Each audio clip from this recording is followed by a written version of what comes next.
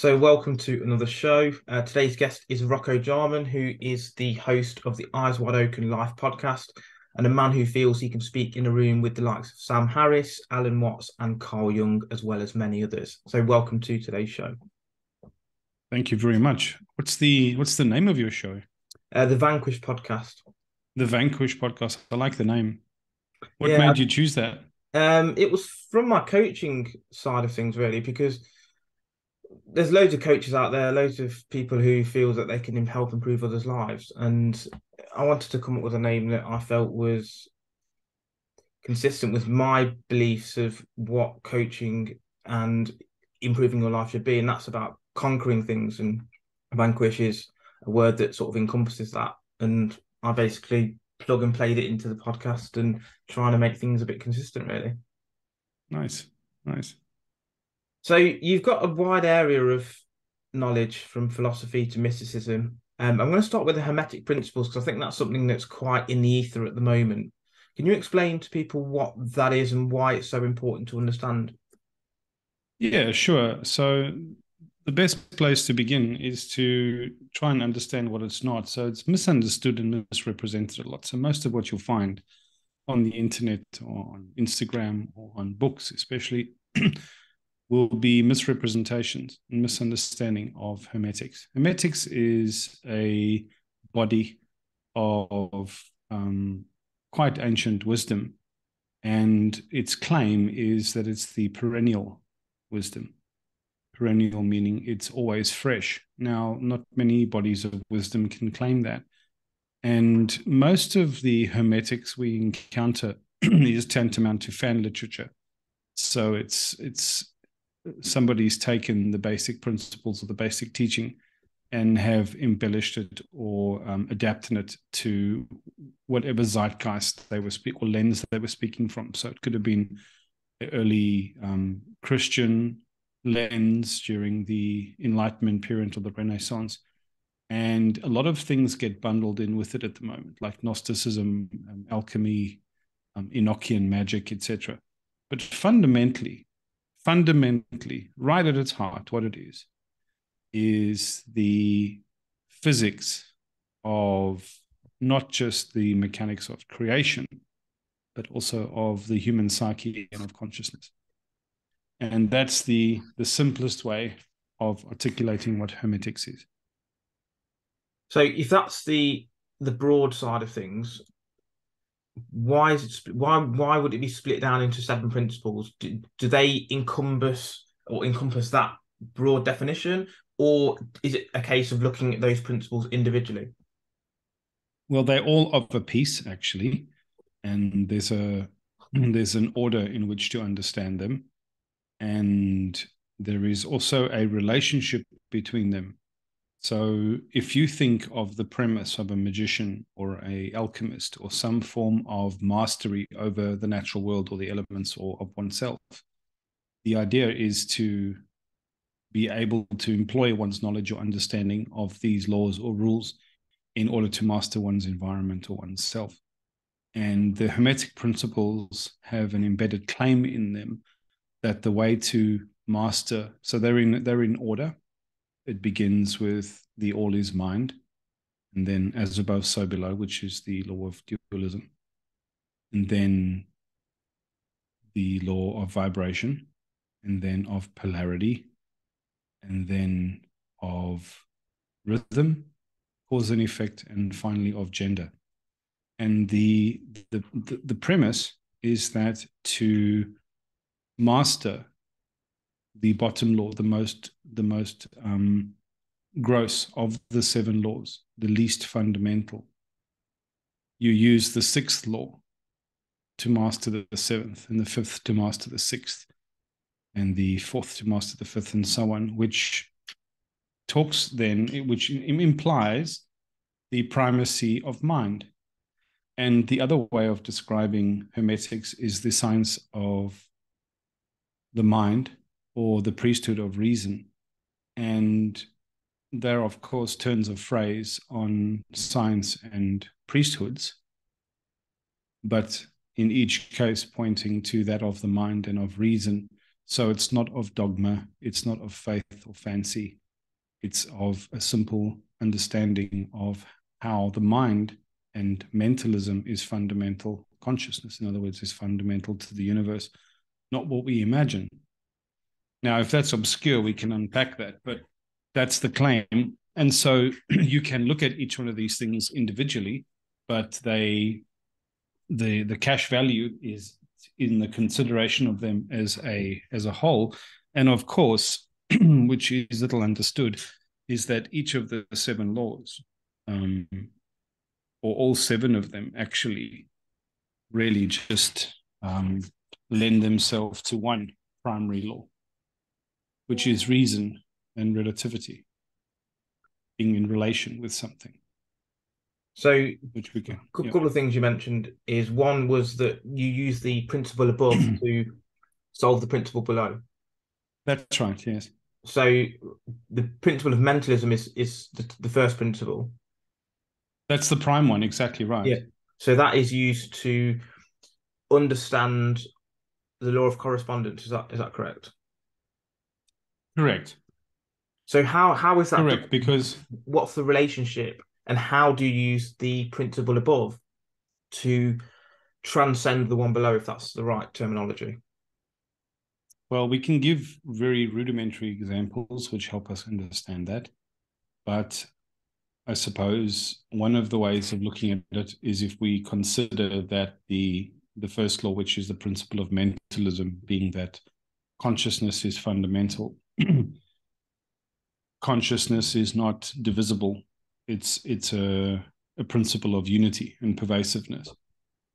And yet there is manifested in visible or observable creation that which is not observably conscious, which means there are 2 states, which means we're dealing with a duality. And the duality has to emanate from something, and of course emanates from the monad, the singularity. And so those are the first 2 laws in very, very simple shorthand: the principle of mentalism and the principle of correspondence in sequence. But the prime, or the primacy, is obviously of the upper law, and the second law is a derivative of or stems from the upper law, which is why the upper law always is the one that is the means to subvert or master the lower law. So mentalism essentially is consciousness, or understanding that we are part of a wider scenario or universe. Well, we anthropomorphize the idea of consciousness like that, but consciousness in the context of Hermetics there is a word that was originally translated from the Corpus Hermeticum in its first translations into Greek, which was called nous, N-O-U-S. And that word collectively refers to all and not precisely each of the following terms. So thought, reason, understanding. And we have to pick a word to try and encapsulate what that means. And in some religious traditions, people call that light. So when we talked about the age of enlightenment, it was arrival at an understanding. So fundamentally, it's consciousness that's pervaded by reason.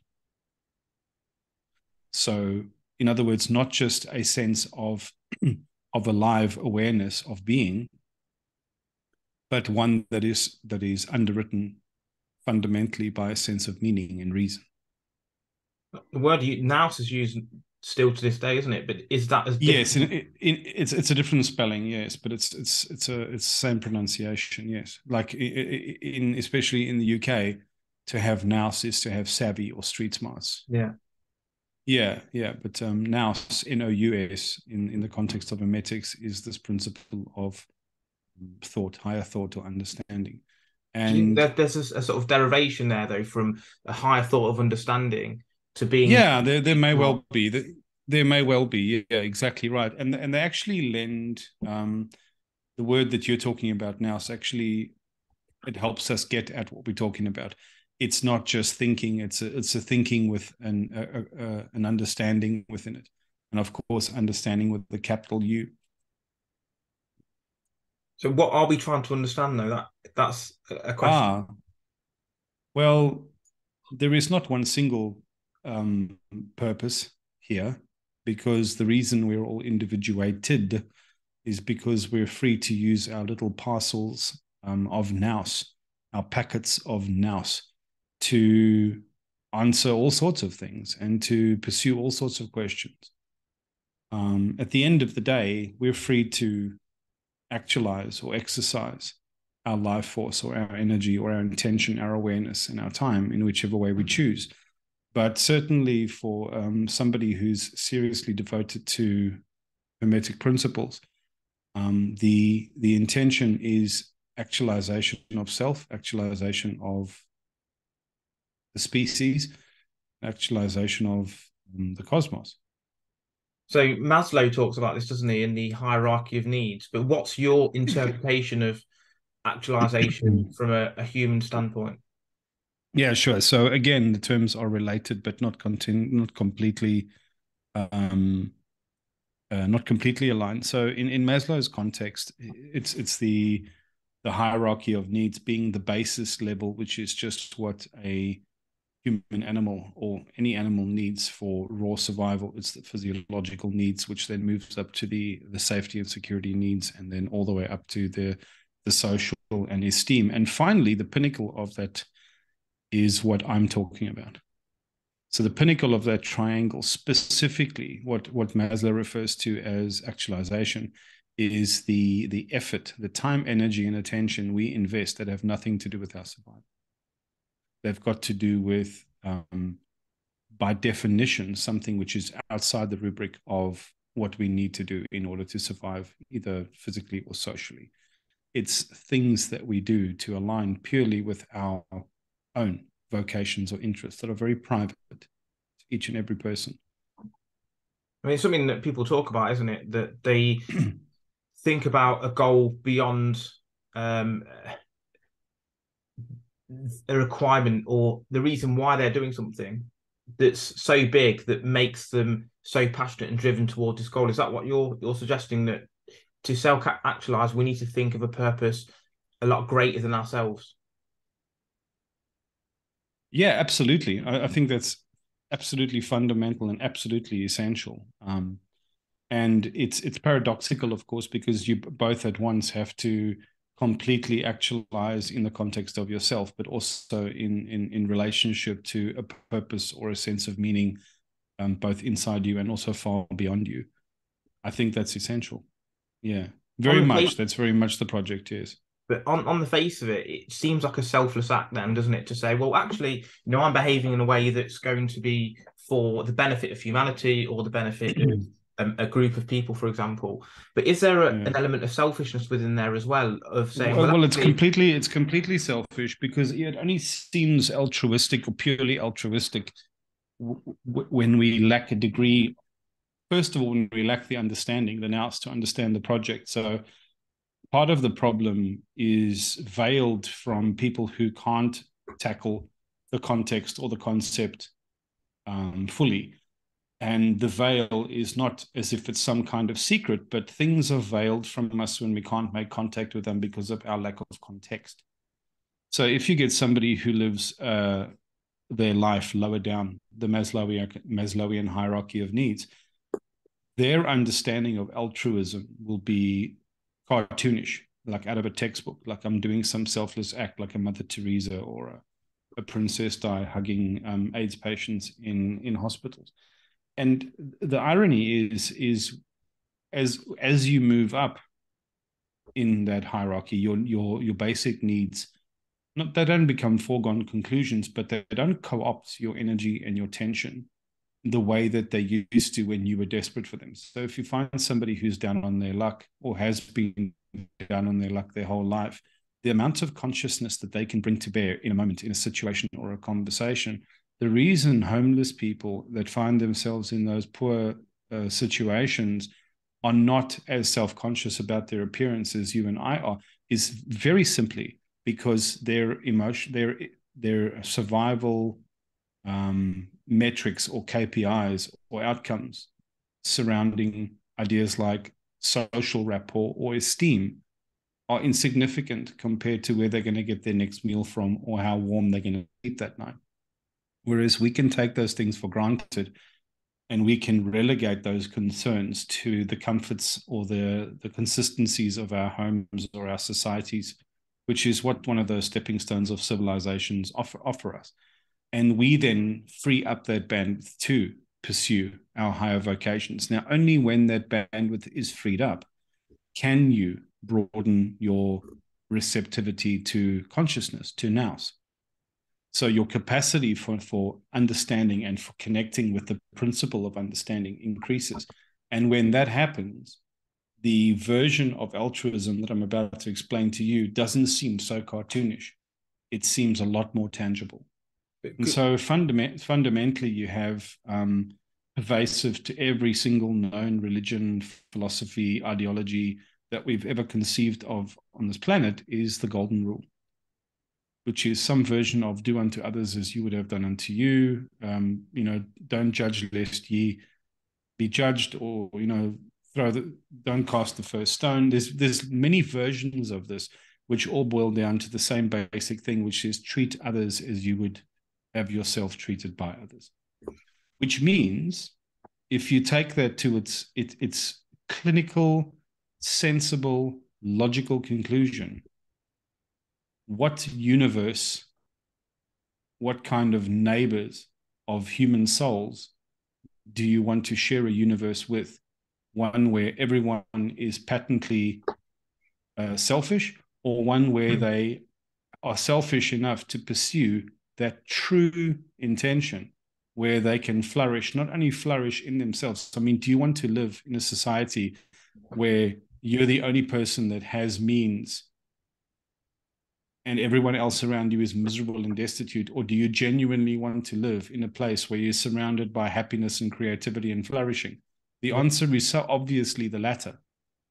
And in that case, you can be selfishly predisposed towards stable mutual actualization of not only yourself, but everyone around you, because I absolutely want to live in the world where I can go and watch the most incredible virtuoso musical performances, or see the most incredible art, or have food cooked by incredible chefs, or see people build beautiful hotels, manage nature for outdoor excursions. That only becomes possible if everybody else is also doing their passions to the nth degree, and they're actualizing, and then we're living in an actualized playground.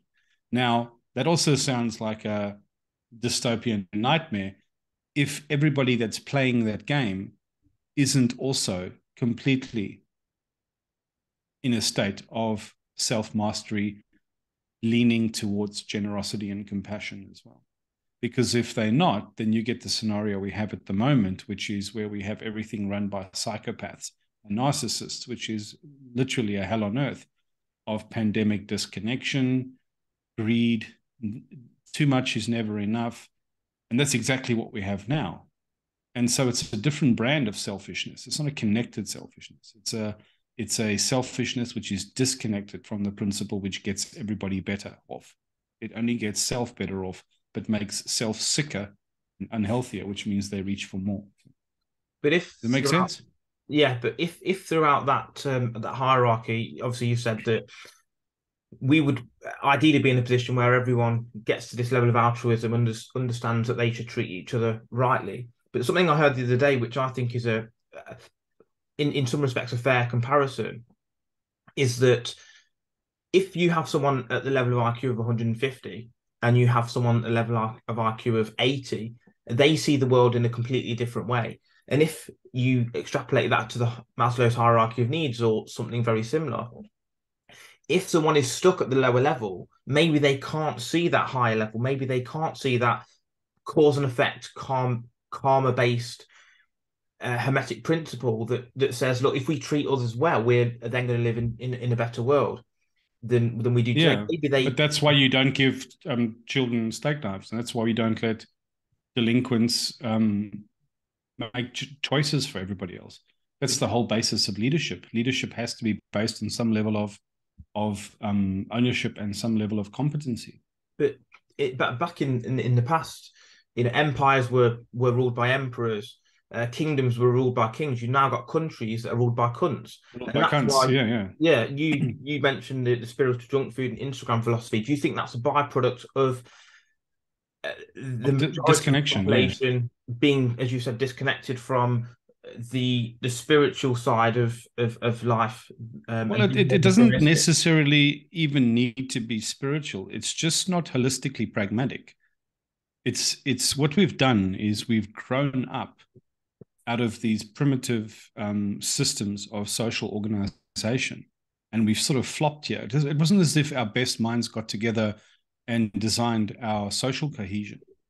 We just this is sort of um, the the result that sort of got squeezed out of the piping tube once you squashed in the legacies of colonialism and global expansion and the vestiges of Christianity and whatever bastardized version of Western democracy we call democracy today. I mean, it's you're pointing rightly at a dysfunction, but the solution I'm recommending isn't undone by the fact that the majority of people don't walk around with superior understanding. At the end of the day, the net effect of the age of enlightenment, you don't have to explain to children why we don't have slaves anymore. And they don't have to be terribly intelligent or smart. They simply have to have theory of mind and understand that if it was them or their wife or their child or themselves that were the slave, it's not a situation that they would want. And on that sheer basis alone, people can understand. I would want, for others what I at least want for myself. Now, when that gets really nuanced, that obviously requires more articulation, but that's entirely the reason why we have social norms and why we have institutions, because you don't need to explain minutiae to everybody every single day. Sometimes we just have processes and institutions which kind of buoy along the momentum of the crowd, and they're served by that. For example, if we wanted to have a way of feeding a lot of people, there's obviously you need the resources to do that, and it doesn't take a genius to sit and draw out the amount of meat you have versus the amount of vegetables you have versus the amount of condiments you have to go and work out a reasonably pedestrian egalitarian way of sharing it all up. You can't have one person that has 5 steaks and everybody else has to share the gruel and the vegetables. It doesn't take high intelligence or high IQ to understand that.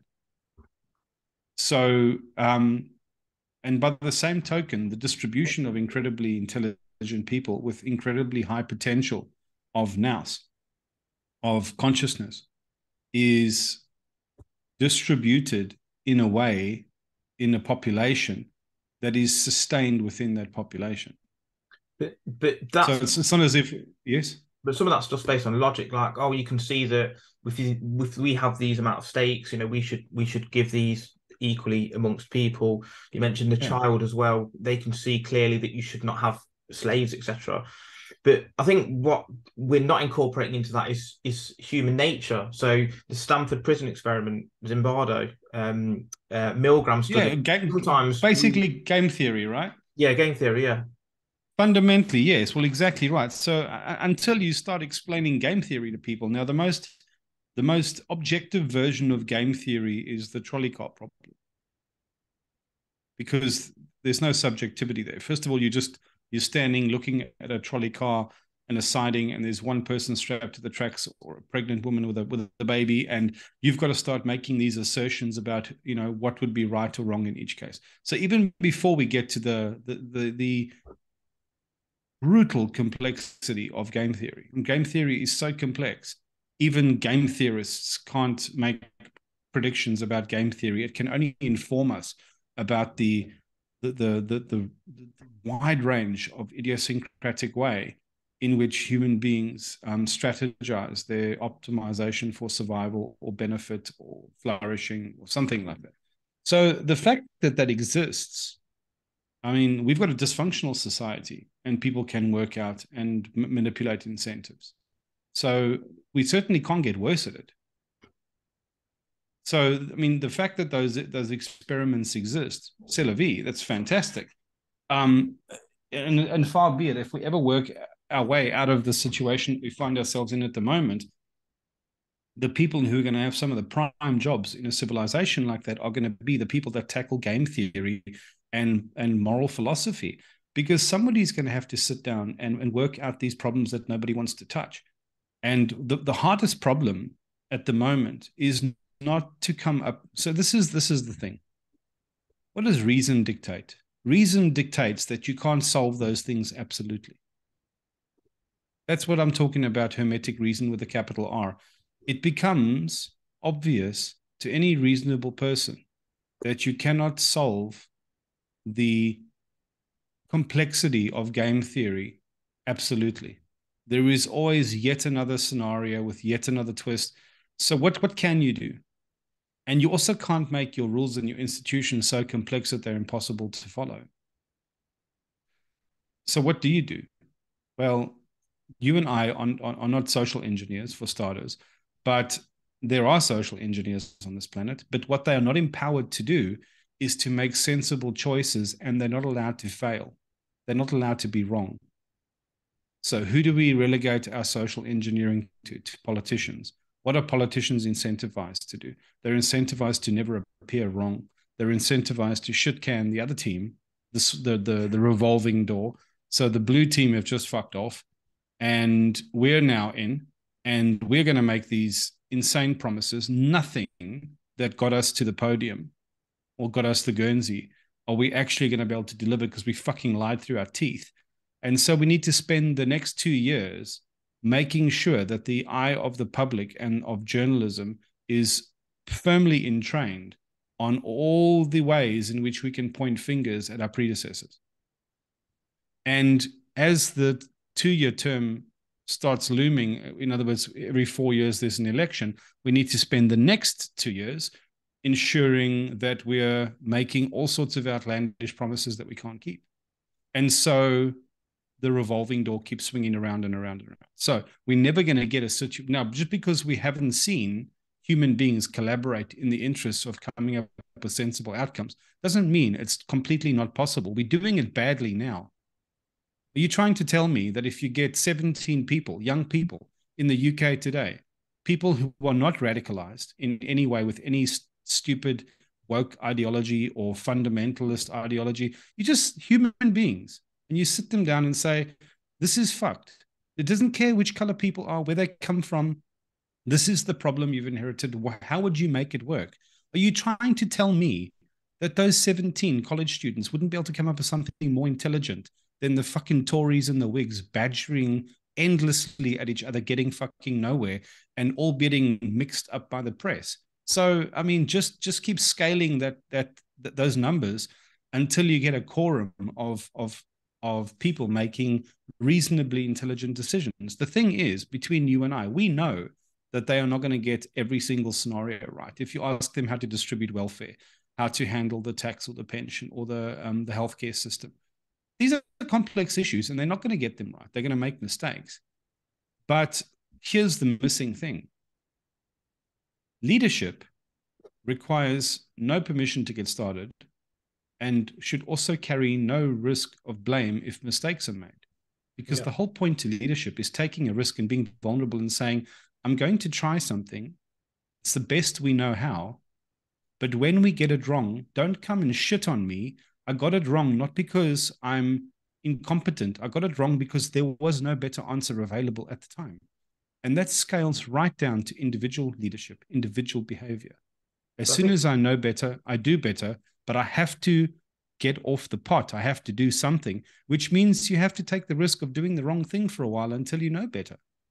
But I think we don't allow that in ourselves. Sorry, I was going to say, whether or not we have the ability to get a room of individuals together and find solutions to these problems, it's the implementation of those problem or solutions is going to be the issue. Because yes, we do live to an extent in a competence-based hierarchy, but that doesn't transcend beyond government.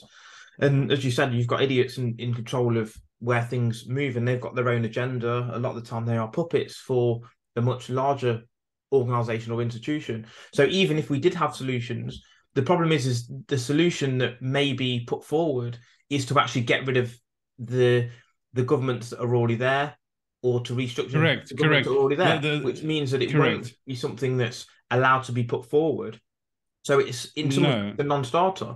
No. So you can't start at the top. You've just worked out.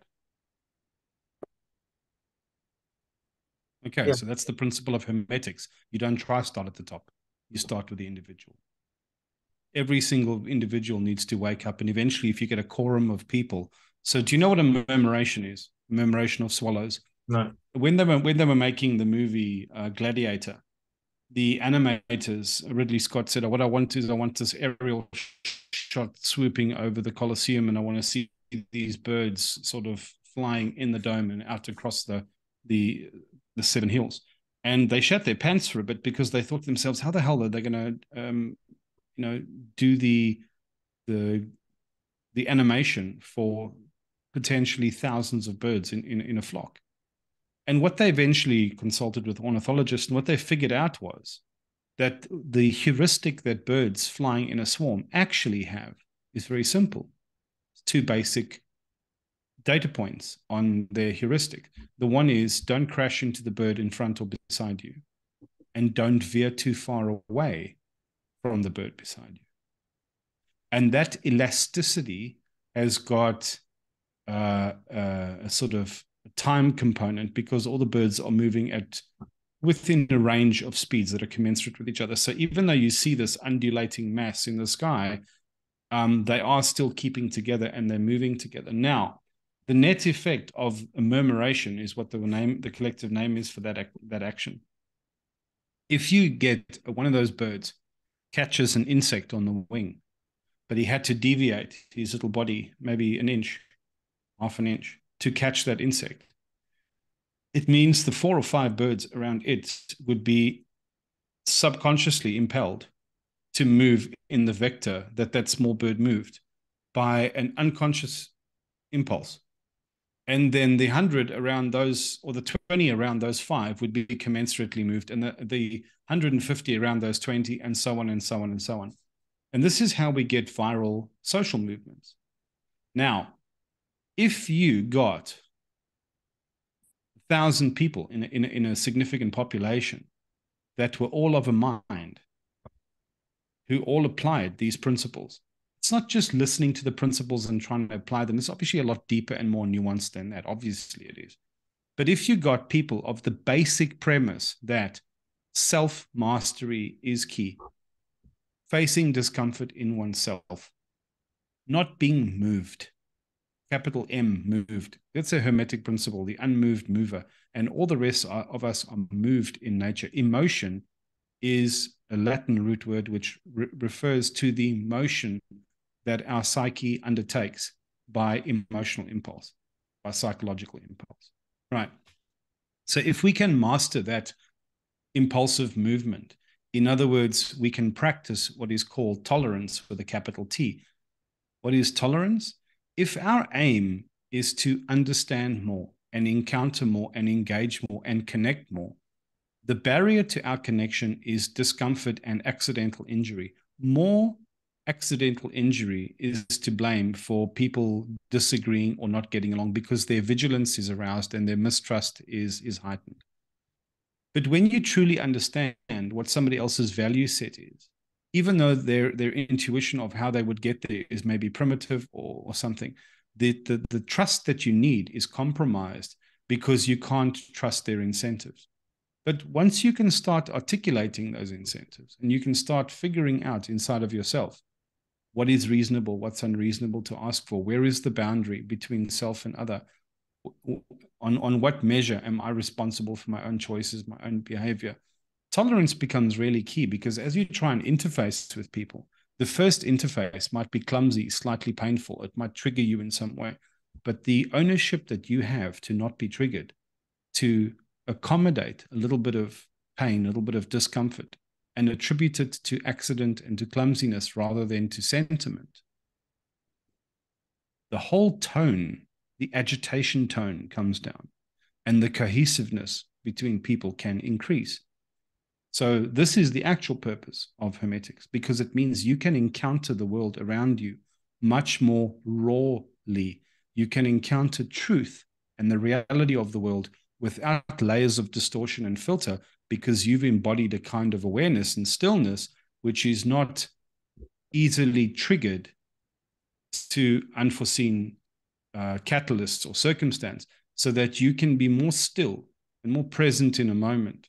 Right. You're getting where I'm going, Yeah. right? Yeah. Now, you get 1,000 people in a large population who this is the project of their lives. And they also have the greater project, this aim of stable mutual actualization we were talking about. How do we get more people along for the ride in a saner, calmer, stiller way, where we can start converging on things? What we have at the moment is not a technology problem. It's not a communication problem. It's a coordination problem. We can't align our incentives and our values clearly enough. There's not enough time, because there's always more distortion, there's always more chaos, there's always more triggering events happening all the time that subsume our attention and our time. And the effort to try and arrive at convergence or cooperation, I have a saying that says systems fail when their inputs exceed their throughput. And our system of being able to parse all the chaos that's happening is overwhelmed by the inputs that we're trying to parse. And so our ability to parse them and make sense of them and become more cohesive through that exercise is compromised. Yeah.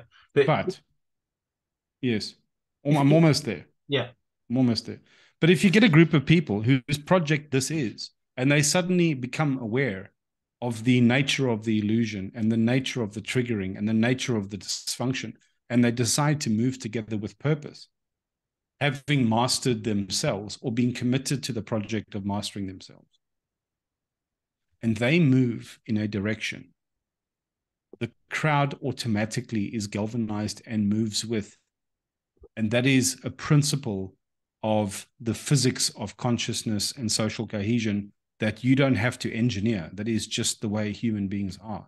So you can lovingly coerce people in better directions through better example. But do you feel that with the pyramid style analysis, that those 1,000 people could have the influence on those people at the bottom in a short enough time frame? Not directly, but no. after time, as you said, with the Hermetic Principles, you need to go through layers. So again, one of the key principles of Hermetics is correspondence, which boils down to as above, so below. And what that means is that principle is also pervasive in all physical systems and all arrangements and all other hierarchies as well. What that means is, let's say now we're at the apex, us few thousand, trying to do better, right? Our logic and reason and will only appeal to the tier of the social pyramid just below us. We will not be able to reach the base. They will be unreachable by us. But the tier below us will be able to reach through concept or communication or engagement the tier below them, and they will eventually be able to reach the bottom tier. But does it depend though on, you mentioned the bird example from Gladiator, where they behave in a way that's relative to those closest to them, but much like the ripple, the sort of ripples from a pond or a river or a lake, does it depend on how big the ripples are, the ripple effect? Because if you throw it does, but again, it does. But if you also look at the other laws of Hermetics, there's one, the law of rhythm, which talks about seasonality, frequency, etc. So there is a principle called entrainment. If you begin one metronome, if you put 7 metronomes on a desk or 7 pendulum clocks aligned next to each other on the wall, and you start the pendulums off at different rates and frequencies, within a period of time, they will synchronize. Yeah, it's like with women's menstrual cycles and the hearts of people who That's it. together, etc. That's it.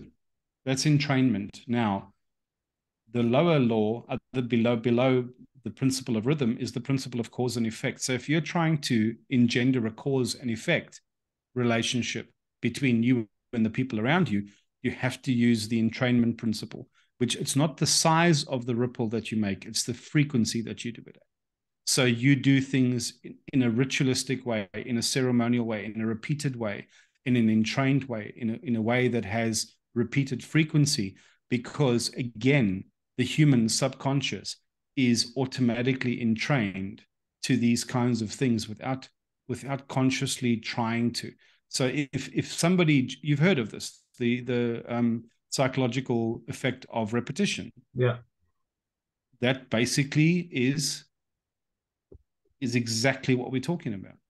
It's like the climbing of a mountain begins with a single step, isn't it? You don't have to necessarily have the mountain there and then, but the small cumulative effect of a single step, or as you said, the frequency of change, that's it, is what will make the bigger difference in the it. long term. Right. Now, if you consider hermetics, again, from like as a scientific principle, the principle of mentalism almost insinuates that there is a prime signal that's being distributed, that's to be understood, that is to be perceived, right? And how do you put force and range to that signal? You increase the amplitude and the frequency commensurate with the substrate that you have to move through. And if we're trying to get that signal out, it's everything in the universe works in pulses.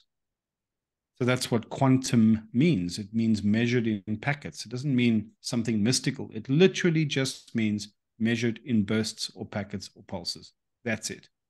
And so that is the behavior we want to emulate when we want to reach more people.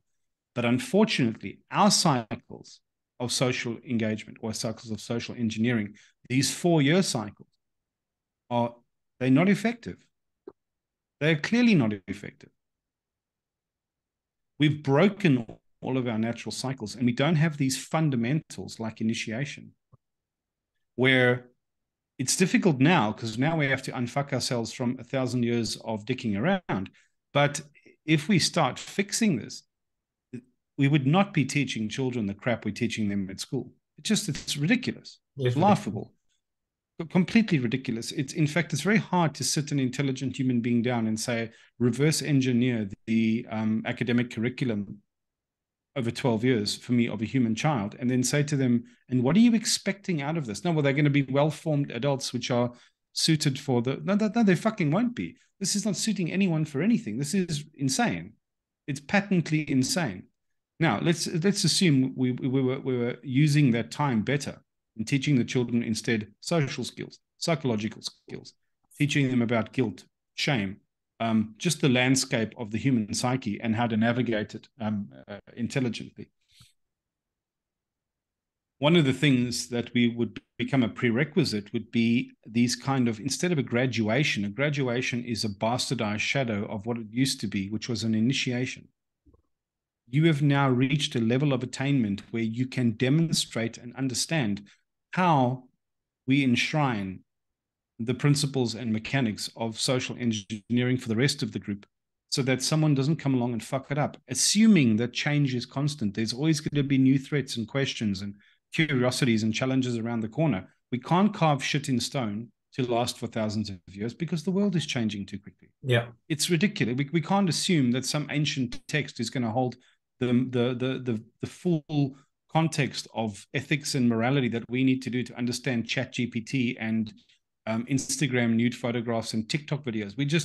It's woefully insufficient. But that said, at least if you're coming from the right heuristic, if you can see what the rest of us value, and you can be proven to be a reasonable actor, a good faith actor, if you can argue with intellectual honesty, even if not with roaring intellect, just emotional intelligence, at least. That can be taught, that can be trained, that can be engendered into people as they grow up. If you can demonstrate that, then you are safe to initiate into the group of decision makers, so that when we get together to make difficult decisions, You're not going to be sitting there with your pink hair raging about your pronouns or some other irrelevant thing. It's pointing at your wound, which you have. And I see you. I see you in your wounding. But we're trying to solve a problem here. And the problem has to be paramount to any individual's feelings or emotion right now. That doesn't mean we don't care about emotions. We're not Vulcans. But the management of your feelings and your trauma is one project, and the dealing of this complex social question is another project. And project A cannot bleed into project B because by definition, it'll fuck up project B.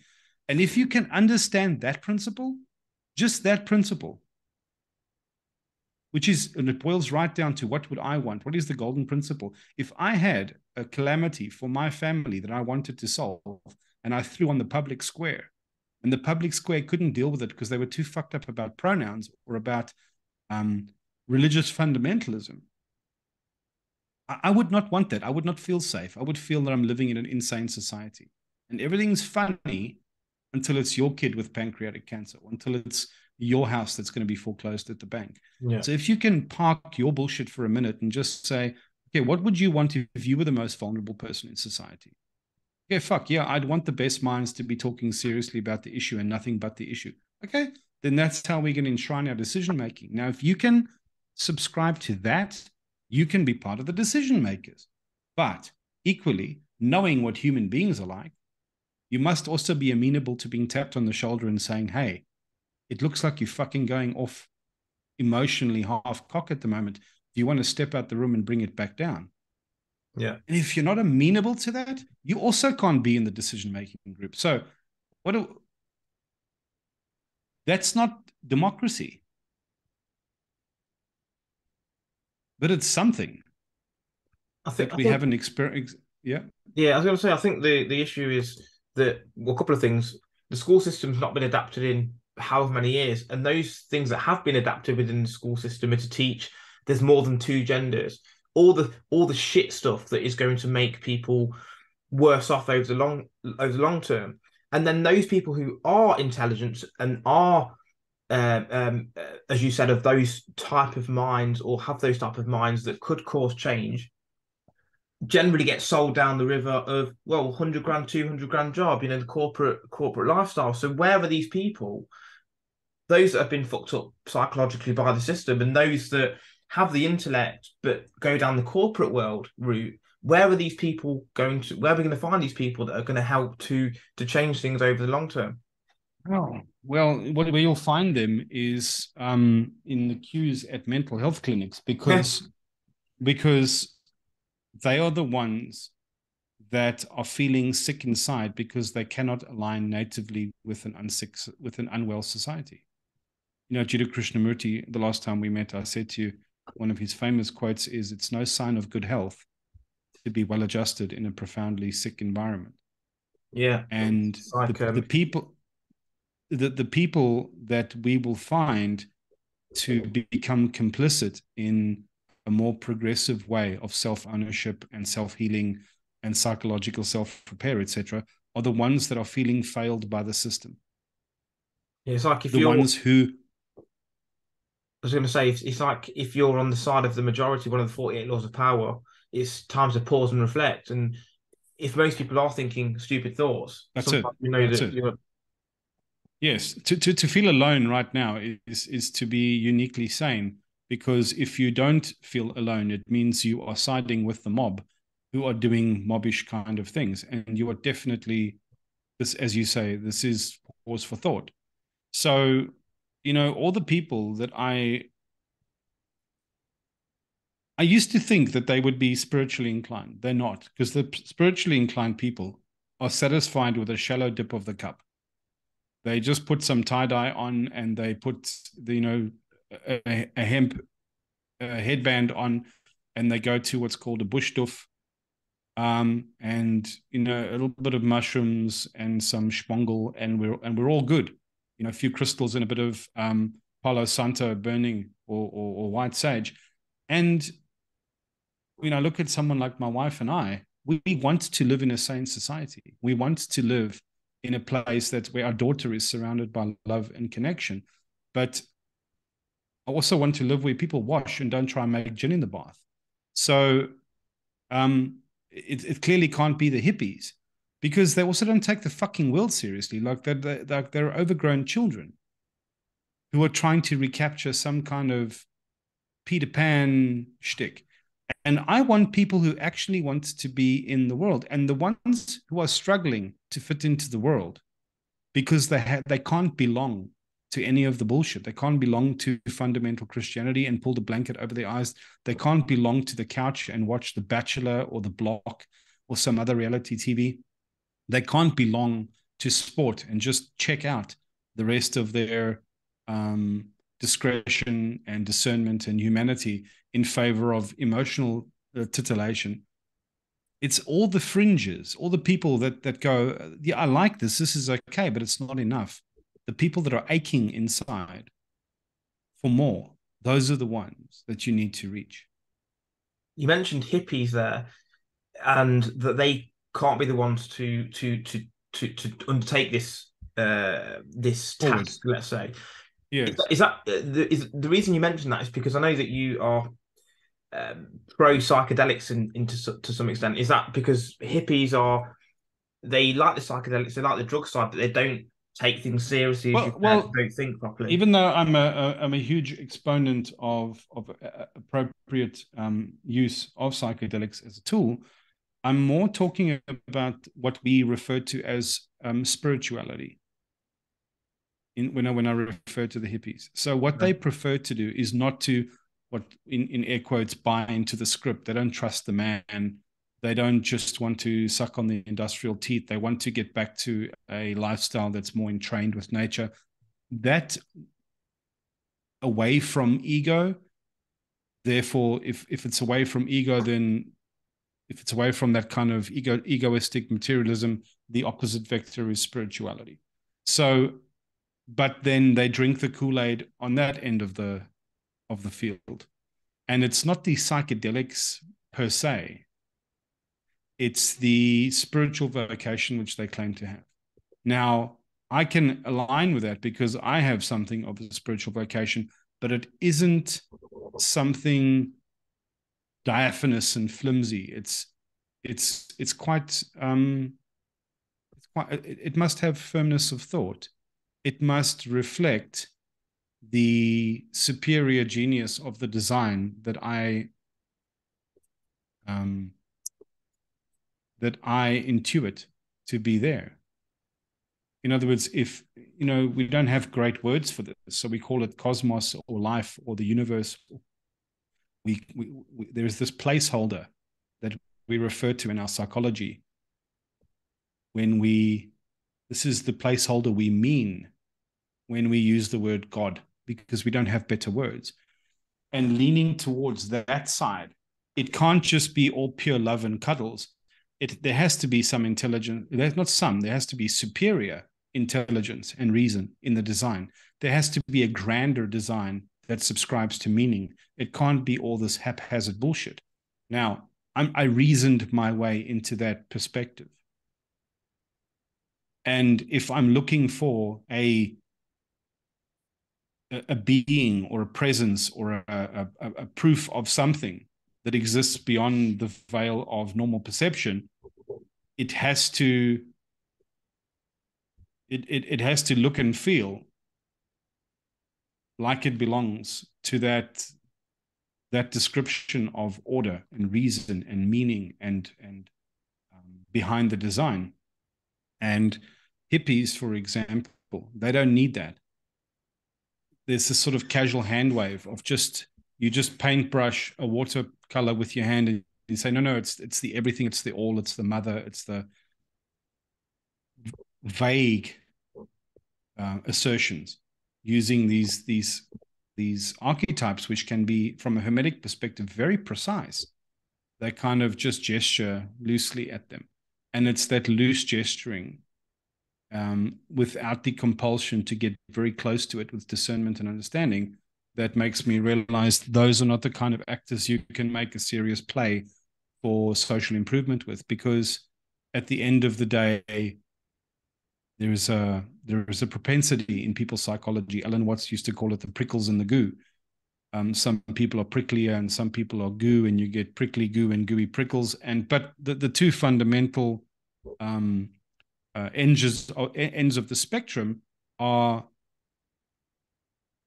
hippies would be the gooey, flowy. It'll all work itself out. Nothing needs to be precise.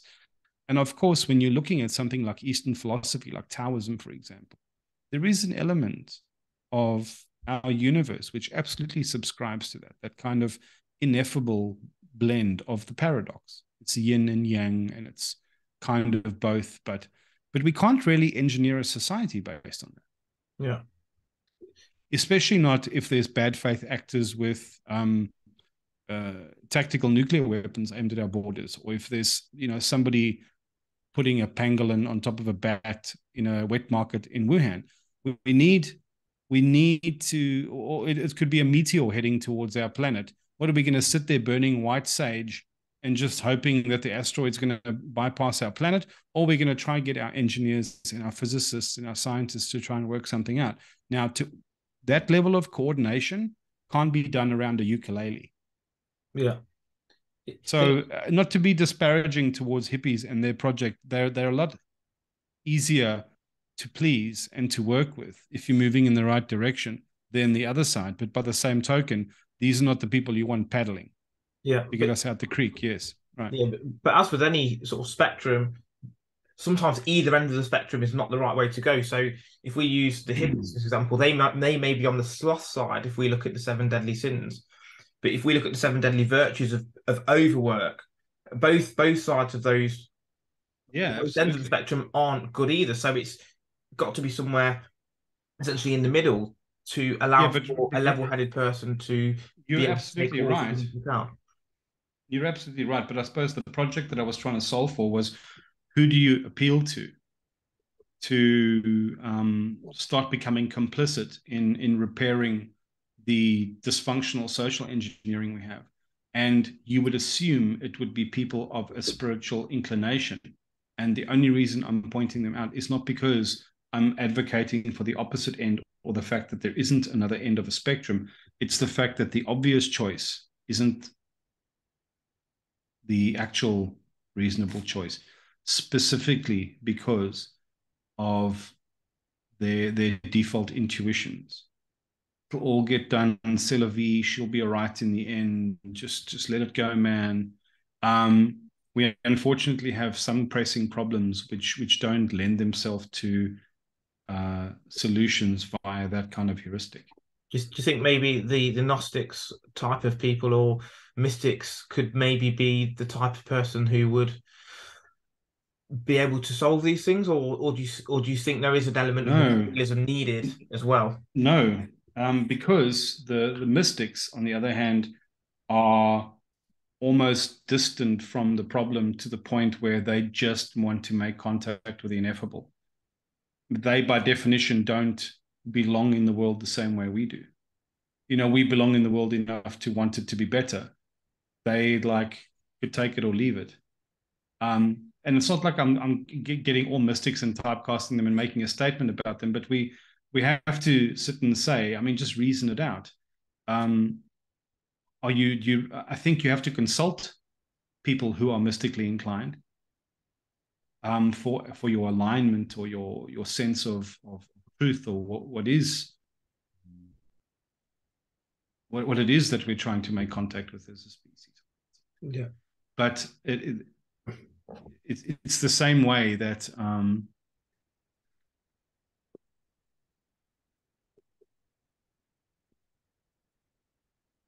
you can't put an orchestra together with a room full of conductors. Yeah. Agreed. So I don't know if that's a precise analogy, but it's somebody's touching the ineffable, the ethereal, and yet no one can hear the music except them.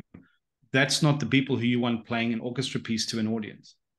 You actually want a bank of cellos and a bank of you want doers, and you want specialists, and you want the thing is with that analogy, for me anyway, everyone wants to be the conductor. I'm the guy in charge. I'm the one who manages everything. No, they don't actually. We assume that. I don't think it's true. A lot of people do though. They want to be the big, but not everyone does. And sometimes people have to understand what their part and what their role is in the wider picture, wider scenario. And sometimes we can't all be the leaders of the ship. Sometimes we do have to be the oarsman or whoever else. Yeah, so I agree with you, but I'm going to challenge that to a point, Jeevan. I'm going to say this. When you get somebody who's, I suppose, intellectually immature to begin with, and you say to them, which superhero do you want to be? Everybody wants to be Superman, or everybody wants to be Iron Man. Everybody wants to be Batman. But when you start tackling the actual rigor and demand of that requirement, when they make contact with what's actually required and expected, they very quickly mature out of that initial, well, fuck, no, actually, I don't want to be that guy. So this is because of our relationship with power. Very primitively, so there's a principle in hermetics that says where you get your permission is where you get your power. And so our distribution of power tends to be hierarchical, with the assumption that the pinnacle of it is always divine or divinely ordained. So it'll either be king, which is a divine dynasty of this royal bloodline, or it'll be a priest or a pope, something. Or it'll be via natural law, divine natural law, and therefore the person on the top of this, like the CEO or the strongest guy or the warlord, is still somehow divinely ordained. Yeah, because right, and so we have this. It's normally responsibility and competence, though, isn't it, that allows for that person to be at the top of any given hierarchy? No, it's not. It depends on the dynamic that's at play. So if we were all cavemen, it would be the person who could hunt the best, or the person who could physically. So if there was a tribe of 4 or 5, it would be the physically strongest one. Isn't that if it was the same thing, responsibility and competence? No, because the heuristics of what's valued change depending on the size of the group. So if it's a very small group of thugs, then it'll be the biggest guy, not the most competent. If they are a slightly larger group and there is enough to overpower the single one thug, then it becomes more about competence. And these things change and scale depending on the sizes of the groups that play. But doesn't competence still encompass strength and power? Yeah, maybe, sure. But I mean, yeah, okay, that's just semantics. But yeah, no argument there. You're right.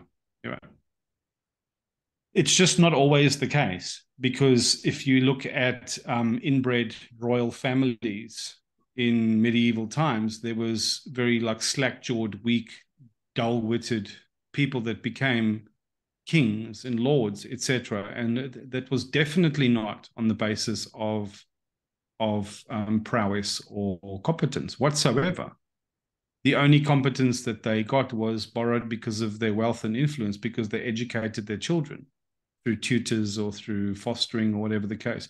But it wasn't as if they did a test of merit and competence and then elected the most competent and said, okay, you'll be the king.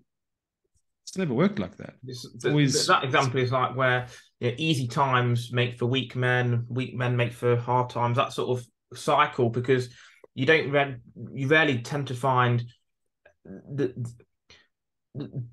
a son being a great man who's come from a great father necessarily. You do get some, of course, but it's very hard to step into a great man's shoes and still be someone of substance. Yeah, I think every permutation that we could come up with exists, and we're talking out of our asses here. Because yeah, like what I tend to do is, like, when I start wandering really far outside my wheelhouse, I just go, I don't know. Maybe. So what are some of the things you're reading at the moment? Because I know you've got a lot of books there behind you as well. I know you like your Alan Watts and actually I don't actually read a lot, and I've only arrived at Alan Watts much later. What am I reading at the moment? I'm busy reading Yuval Noah Harari's Homo Deus. I'm reading a book. What's his name? His Emissary. It's called His Emissary by Ian McGilchrist. It's about the debunking the myths about what we understand the functions of the left and the right hemispheres of our brains. what their functions actually are versus what we were told they were. So he was a forget the medical term of people that study the brain. A Neuroscience. neuroscientist, that's right. And he was interested in left and right brain function, and he was told for decades that he was going to burn his career. But he persisted, and now he's the authority on this. And it's actually, I use this particular insight with a lot of my clients. It's absolutely breakthrough because What did he produce? Um, so the most fundamental aspect of it is that the premise that we get given, which is that the left brain is logical and mathematical and linguistic and the right is creative, is completely bullshit. It's just utterly bullshit. It's far more true to say that the left brain is task focused, very self-aware, and very capable of insulating itself in a compartmentalized context, which lends itself to the creation of fiction and narrative.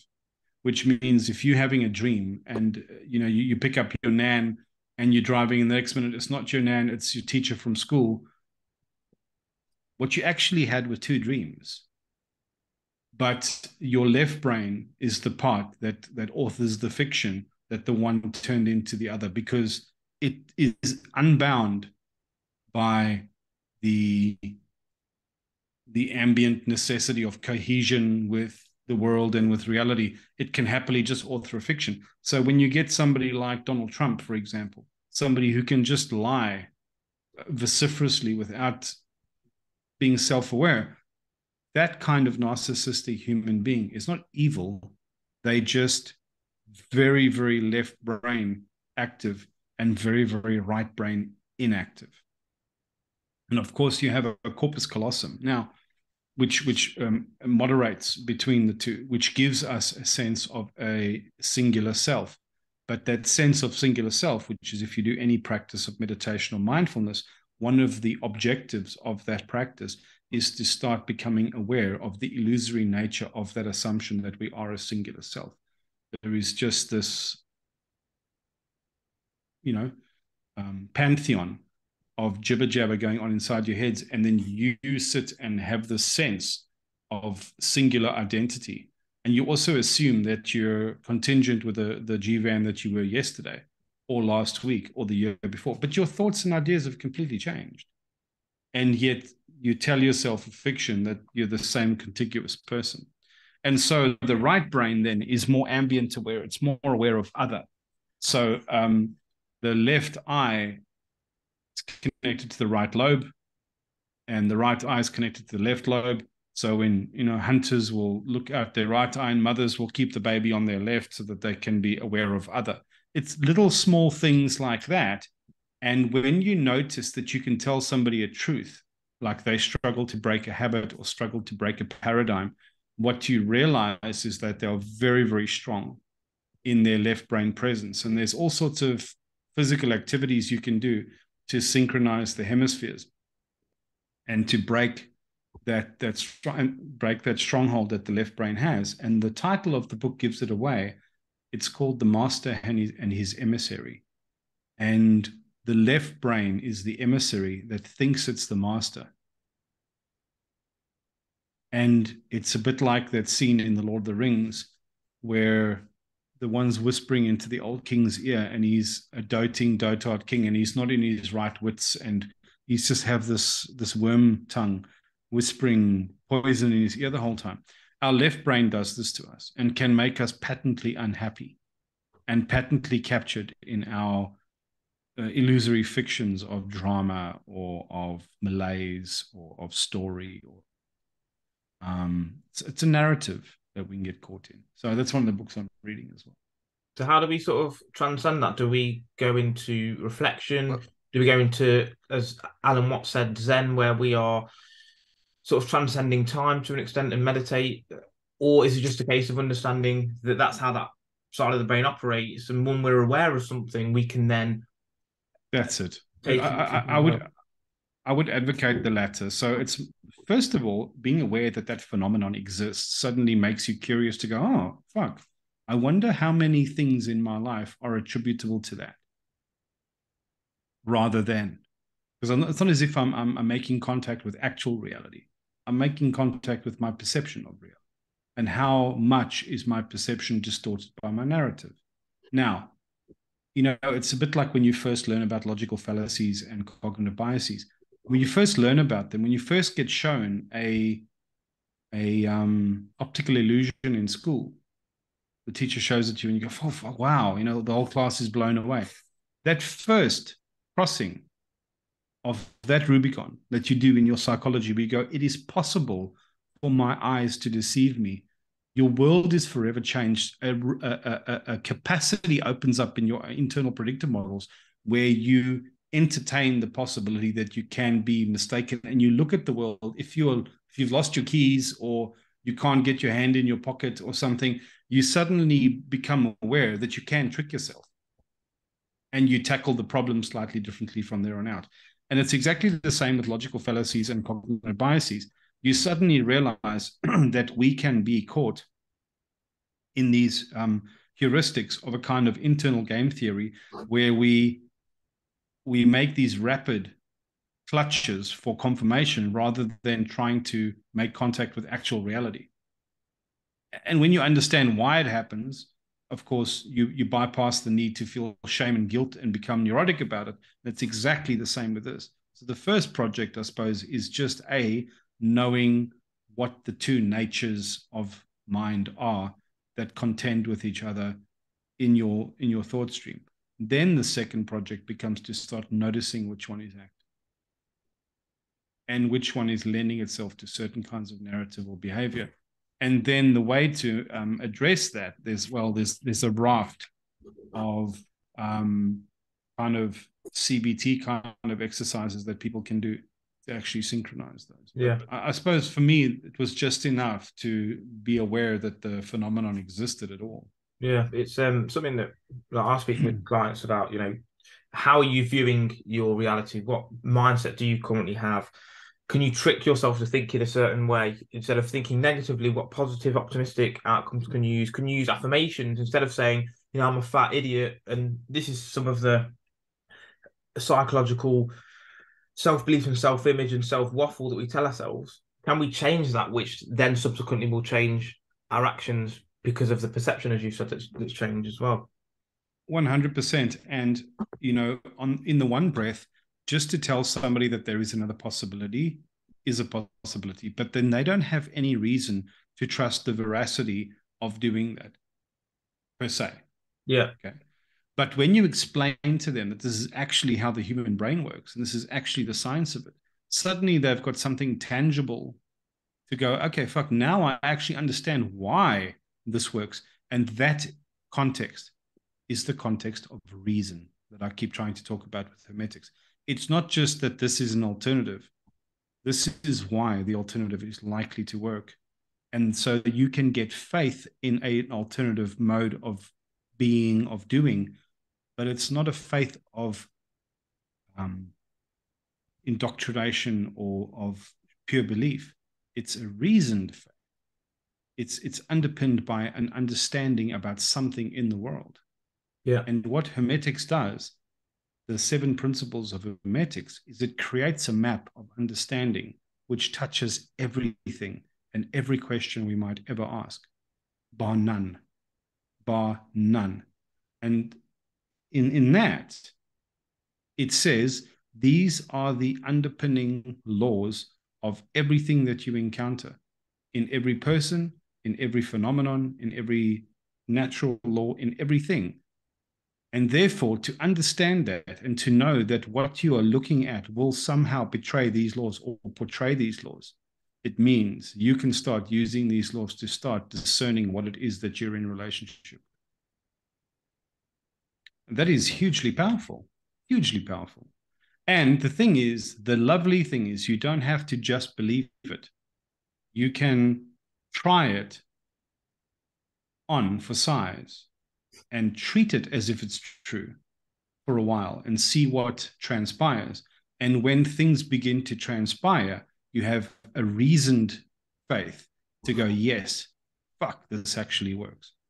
It's And crazy it how the never, mind works, though, isn't it? Because even as a child, you believe Santa Claus is real, and your behavior is dictated by that belief. You'll write notes saying this is what I want for Christmas. You'll leave out correct, chocolates, correct. but as soon as you realize the reality of something, you look back at yourself thinking, "How stupid was I? I can't believe that I used to think in that way." But it's almost impossible. In fact, it is impossible to understand how you used to think at a particular point in time because you're always looking back with your new perception, with the new set of beliefs that you've got, and with that additional time. So it's a very difficult exercise. But the one benefit I like to think of is thinking, well, if I am now in a better position than I was 5, 10, 15 years ago in terms of mentality or inquisitiveness, surely in 5, 10, 15 years' time, I'm going to be in a much better place to even understand some of the questions that I can not answer I myself. could if I'm keep moving in the same direction. Yeah, Right. And then this becomes the question why people arrive at midlife crises, because the energy that got them here seems to peter out and they hit some kind of an impasse. And now suddenly a new energy arrives and they look around at the shape of their life and they go, fuck, I don't like the shape of this at all. But they don't quite know what to do with that arrival in that moment because they can't remember, as you said, I don't remember how I got here. I just seem to have got here one day and I don't like it. yeah, Now, I've got no reason to complain because I've got a wife and a kid and a job and this, and somehow I hate it. And I don't know what to do with that inherent discomfort. Now, that is exactly the phenomenon that is playing out in our species at the moment. We have just arrived at this midlife crisis of a species, and the way that we've shaped our lives, we don't like, but we don't know how we got here. And we want to blame someone, and we start bickering with our neighbors and the wife and the kids, but it's not their fault either because nobody engineered this. We all just flopped here in a mess. And now it starts behooving us to go, shit. And so I love that thing that you brought up. I really, really love that because I sometimes have to point that out to people. And I say to them, do you remember being a teenager? Yes. I said, do you remember the shit ideas you had? Yes. What do you think of those ideas now? I actually can't relate to how I used to think. It was so insane. I said, right now, as fastidious as you are, could I have sat you down as a teenager and talked you out of this? You said, there's no fucking ways. They know everything and they are so certain of what they know. The only thing that addresses that mad certainty that they have is 10 years of fucking up and crashing against a reality that won't bend to their bullshit. That is unfortunately the way we arrive every single time. So now here you are in this new phase of your life, bashing your head against some new other impasse. And I'm coming to tell you that there is an alternative here. And you are presenting me with not the same, but a commensurate level of stubbornness to say, no, it's impossible. I can't change. I can't do this. I can't do that. At least you can remember what it felt like to be so certain of something then and to have it completely overturned within the space of 5, 10 years. Are you so sure that there is not a single chink in your belief that can also be summarily overturned by experience, understanding, or reason? And if you can just admit of that possibility, just that, we can begin to work. yeah. But it's like Yeah. the loudest, the emptiest vessel makes the loudest noise. It's like that with, as you said about the teenagers. They think, oh, I'm right, I'm right. You could tell me whatever you want. And, a lot of the things that my parents and teachers and other individuals in my life have told me, you fast forward 10 years, you're like, do you know what? You can't believe how right it was, but how wrong you thought it was back then. I've noticed in Yeah. And myself that sure. over the years I've got more introverted. You're dead right. And the big question is, how is it so perennially true that every teenager thinks their parent is a blithering fucking idiot? And yet later on, they arrive 10 years later, they still think their parents are maybe a bit naive or a bit foolish or a bit, old-fashioned or something, but they weren't wrong. Now, that has repeated itself again and again and again and again for as long as human history has gone on. The question I have for you is, why is it never any different?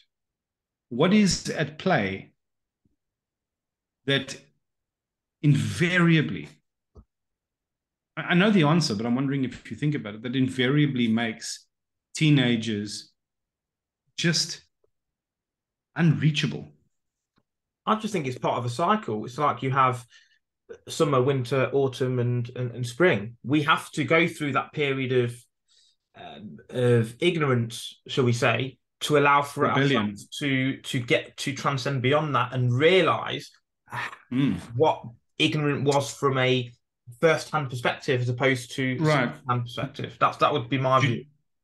I think you're dead right, because you automatically moving in the right direction. Now, my question is why? Why does that happen? What is the purpose? So we learn the lesson firsthand as opposed to through someone else's voice. Because I think that lessons learned through experience, the moral or the lesson learned is always a lot stronger than it is from someone telling you you should not do this, you should not do that. Sure. It is, but there's more to it than that. And the more to it is that the way nature is moving towards its own vector of actualization is through how it does everything else: iteration and variation. And we are just variated iterations of our parents' DNA. We are another packet of experience, one click forward into the unfolding future that they can never belong to. And so we are wired consciously to be native and citizens of this unfolding time, and they are not.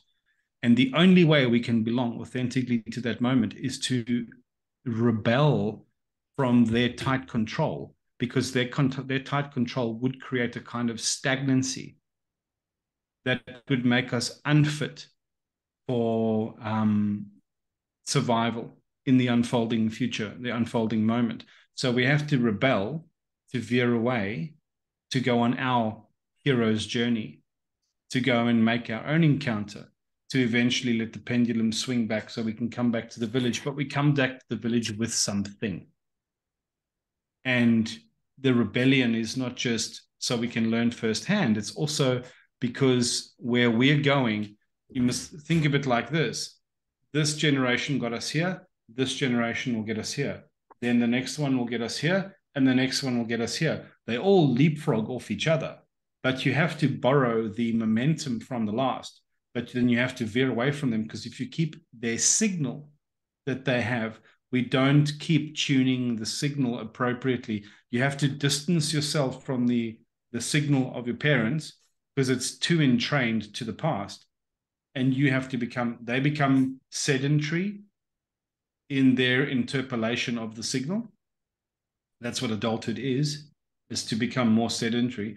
And so the next offshoot that wants to leapfrog to move forward with the iteration and variation of nature, it has to break away and lose the safe bedrock of societal norms. They rebel, they become social fucking idiots. That's what teenagers do. And then eventually through the grind, like, it pulls them back.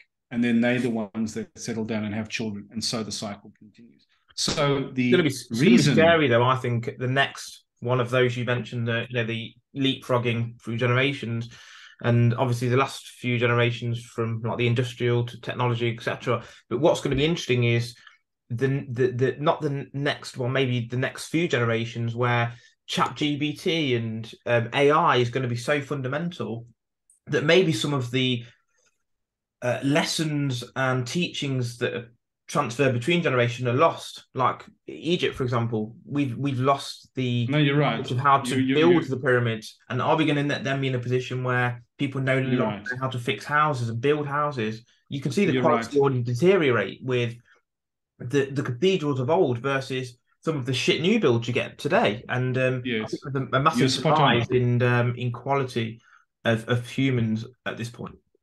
You were spot on. Absolutely spot on. So that is exactly the challenge. And you alluded to this, but you didn't give the full reference. So there's an author called G. Michael Hopf, and his full quote is, Good men create good times create soft men create hard times create, so it goes. And we're busy playing that out now. Soft times create weak men create hard times, and we are facing hard times. And the hard times that we're going to be facing are going to be crumbling houses, crumbling institutions. Everything's going to be half-baked, inefficient, because we're all too raw, and everything's what are teenagers like at the moment? They laugh at other people's misfortune. They're nihilistic. They don't care. They can't be told. They argue from a place of ignorance. That's the human race right now. The human race is in an adolescence. And we are having this kind of midlife crisis / adolescence / so spiritually we're adolescent, and in terms of we're all pretty big for our boots. We've moved out and we're living with our mates, and we don't need this and we don't need that. But as you said, we don't know how to build a fucking house. We don't know how to hunt a bear. We don't know how to, let's say, for example, a super, super dangerous virus actually emerged. Never mind this silly argument about COVID, whether it was or wasn't. Let's just park all of that, because it derails our logic. Let's put that down and just imagine we wake up tomorrow and there's a virus that acts like Ebola. It just melts tissue, and it's horrifying. And it's transmittable by touch and coughing. And would you want people to wear masks or not? You absolutely would. And let's say they came out with a vaccine, and the vaccine was produced by the most heartless pharmaceutical company. Would you want the vaccine or not? You would. But we can't be intellectually honest about that. We'll say that we don't want it because we're once bitten, twice shy with what's happened recently. And on the other end of the spectrum, let's say there was no disease, and the government was just using these threats to coerce and clip civil liberties and fuck with people and enrich themselves. And that was the truth. That was the actual truth. Would you want the internet crazies to go out into the street and protest for your liberties? Yes, you would. You absolutely would. And those two are diametrically opposed. The problem is what we had with COVID was, who knows? But what it definitely was, which is not arguable, is it was a dress rehearsal. How does the human race behave? And we covered ourselves in shame. The politicians fucked it up. The pharmaceuticals fucked it up. The political ideology fucked it up. The misinformation on the internet fucked it up. The arguing about horse dewormer, just the whole thing, the whole lot was a joke. And you can say that to anyone, and the majority of people will pick up the argument and argue about the wrong thing. I don't fucking care what the Tories said. I don't care what anyone said. I don't care what Fauci said. I don't care who did what. What I care about is if something more dangerous comes, the human race does not have the wherewithal to cooperate in the interests of survival because we're too captured by our own personal bullshit. That is what I care. I think another risk as well that people aren't talking enough about is the demise in population. We're not going to be able to sustain the infrastructure that we've built up over these years. The only countries that are those in Africa that the population is growing at a fast enough pace. You're right. And their infrastructure and ideology and social norms are fucked. Yeah, exactly. Because they didn't survive a clash with Western colonialism. They got the worst of both deals. It was like that joke that said, Canada could have had American technology, French cuisine, and English culture, except it got American culture, English cuisine, and French technology. Yeah. That's exactly what's happening in Africa. They could have had these traditional ethics and the colonial best of systems, and they've got everything exactly the wrong way around. Yeah. And so they're just ripe for the picking for the worst actors on the global political stage, which are countries like China, Yeah. who Funded them. yes, right. And so we're in for a lot of pain and discomfort as a species because we don't have the means to traverse any challenge or calamity that comes our way. We can't even acknowledge that there is a climate crisis. I don't care who caused it, if it's man-made or not. I care that it's happening. Who doesn't want to live with cleaner air? Who doesn't want to have cleaner nature and animals that survive without mass extinctions? Who doesn't want that?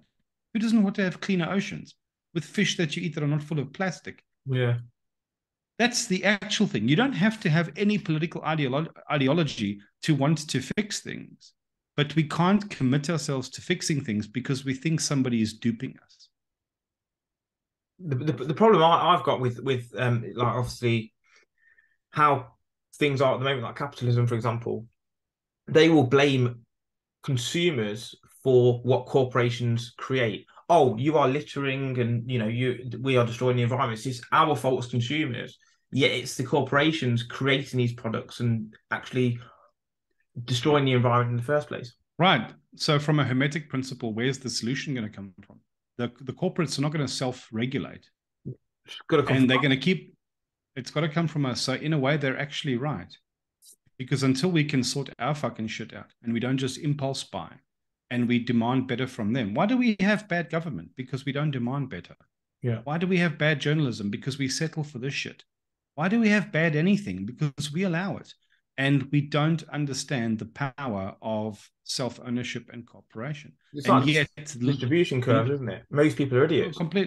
Completely. And exactly. But the idiots always want someone to blame instead They're of the going, loudest. it's us. The idiots are the It's loudest. us. It's us. It's us. We're not just crying wolf. We are the wolf. And we're the ignorant villagers. And the wolf is coming. And we are the problem that's coming. We are the problem that's coming. We are the problem that is here. And we're all looking for a they to blame. Or we're looking for some messianic billionaire or some celebrity intellectual like a Jordan Peterson or somebody to come along. There are no gurus and messiahs. They're all idiots, all of them. I don't care how clever they are. The messianic billionaire does not understand social engineering. And everybody's straying out of their lanes, all just throwing their hat in the ring. It's a circus. It's an absolute circus. And the actual people with actual sane answers, where are they? They drowned out in a sea of TikTok titty flashing and squirrel memes, and we are the problem. We are the problem. We are creating a level of noise and distortion so extreme that it cannot be paused. And systems fail when their inputs exceed their throughput. And we are in one of the things about hermetics is one of the side projects there was the prophecy of Thoth, the Atlantean. It's this hermetic prophecy of the kind of world we're going to usher in. And it's not hard to join the dots and go, oh yeah, that fucking looks like exactly what we're busy creating at the moment. And it's not going to unfuck itself because Pluto moves into Aquarius. On some level, not in the way people think. I actually think there is some veracity to astrology. I really do, but not the way we think. Not the way we think. Not the way we think. And at the end of the day, if we don't wake up very quickly to the fact that no one else is coming, and I mean no one else is coming. So in your life, in your personal life, no one else is coming. Whatever change you want, whatever sovereignty you want, you are going to have to marshal your consciousness, your attention, your awareness in the service of pursuing that. And similarly, as a species, there is no Buddha coming, there is no Jesus coming, there is no Messiah, there's no aliens, there's no Deus ex machina now. By design, there is no intervener now. Our age of interveners is done. This is the test. The test is, can you unfuck yourself if the need gets dire enough? And so far, we haven't woken up to the invitation. That's all. But it's part of the cycle. We talked earlier about cycles, and you mentioned about Correct. astrology, etc. You know, we get the seasons and the orbits, etc. I also think there is a space. There has to be. If everything has cycle, to Of space course, you're you has you to have a you're cycle. 100% correct, but that doesn't mean it's going to be pleasant, Yeah, and exactly. it doesn't mean every bit of suffering that you endure in your life, however cyclic, means it wasn't avoidable. And I Yeah. would like to avoid some of the avoidable suffering, because at the end of the day, I'm raising a child that I'm going to leave this world to her and her own devices and generations to come.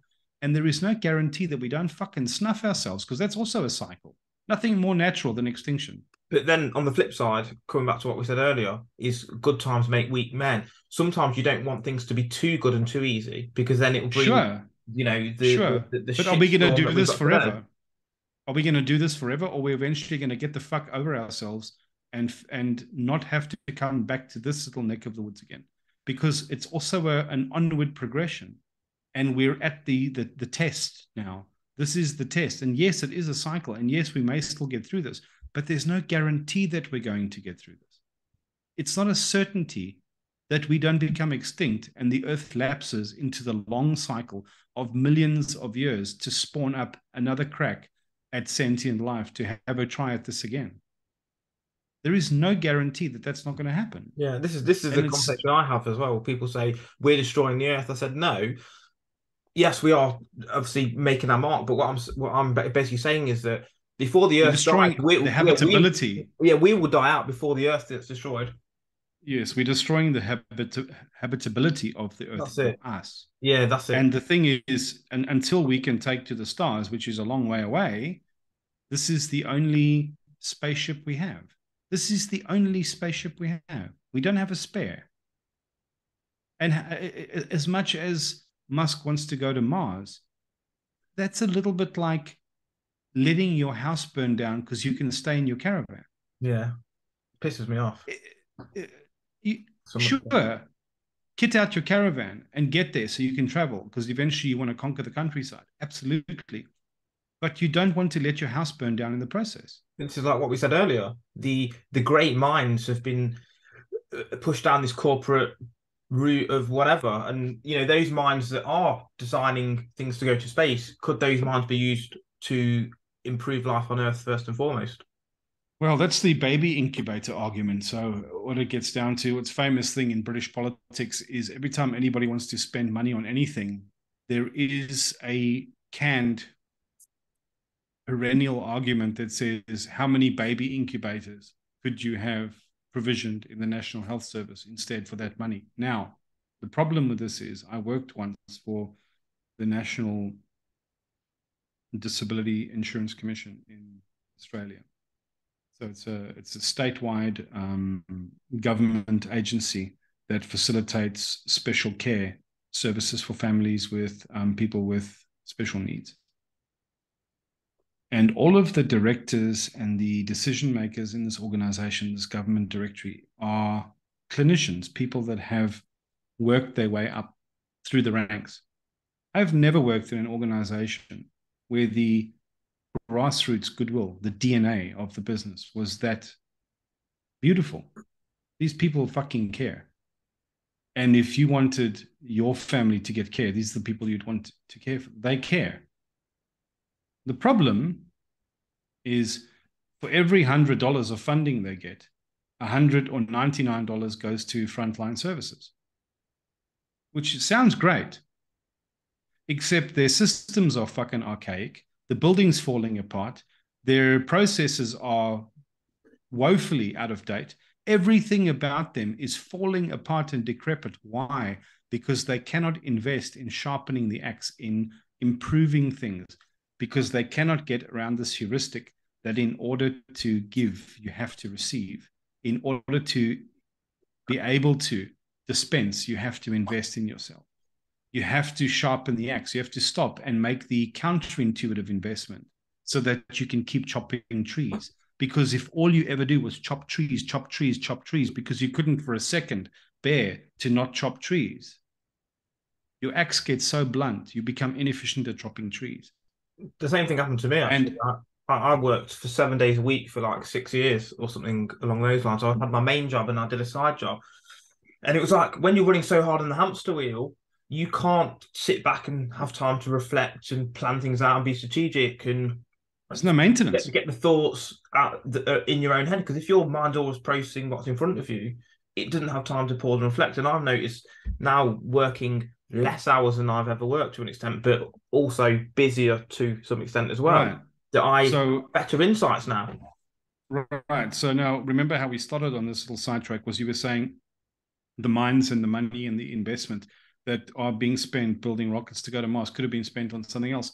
There is a form of debate where you can throw that question at everything. And then you basically have to sit and ask, okay, what's the most fundamental need? And you start figuring out, as Sam Harris did, that the moral landscape is a landscape of many peaks and many troughs, not one singular peak. Because sometimes these peaks clash with each other. We both need to do this and we need to do that. We need to improve our arms and our military as well as our healthcare. Why? Because this is the world we live in, unfortunately. So I'm not saying we're always going to need a military, but while there is an existential threat that might come from other people with guns and armament, you are going to need one. Yeah, And I don't think world peace is ever going to be well, something. I disagree. I think it will be, but not in the near future. So the next Armageddon is not avoidable, but the one after that might be. You know, Einstein said, I don't know what weapons the Third World War will be fought with, but I know the next one will be sticks and stones. You will eventually fuck yourself up to such a degree that you'll go back to square one. Yeah. Yeah, exactly. So on that cheerful note, Jeevan, I have to pull up stumps. Well, It's thanks 10 very much for o'clock at coming on. night. It's been a good conversation as last time. I don't think you've ever had a conversation like this. Me? Not quite like this. Well, all conversations are different, but these are the kind of conversations I enjoy. I'm not really one for small talk that much. I prefer having yeah Are questions. there podcasts that deal with small talk? No, I'm just saying in general, not chats with on podcasts, but just normal chats Right. with Me people. neither. It gets boring and it gets monotonous, and I quickly lose focus. So that's why I started the show as well. To be fair, to quench my own curiosity. But No worries. is there anywhere people can reach out to you if they need to? Because I know you've got quite a host Yeah. of things that you're doing at the moment. Yeah, there's a good few things. So you can find me on eyeswideopenlife.org. eyeswideopenlife.org. You can find me on my virtual dojo that I teach people psychological self-repair. That's mymojodojolife.com.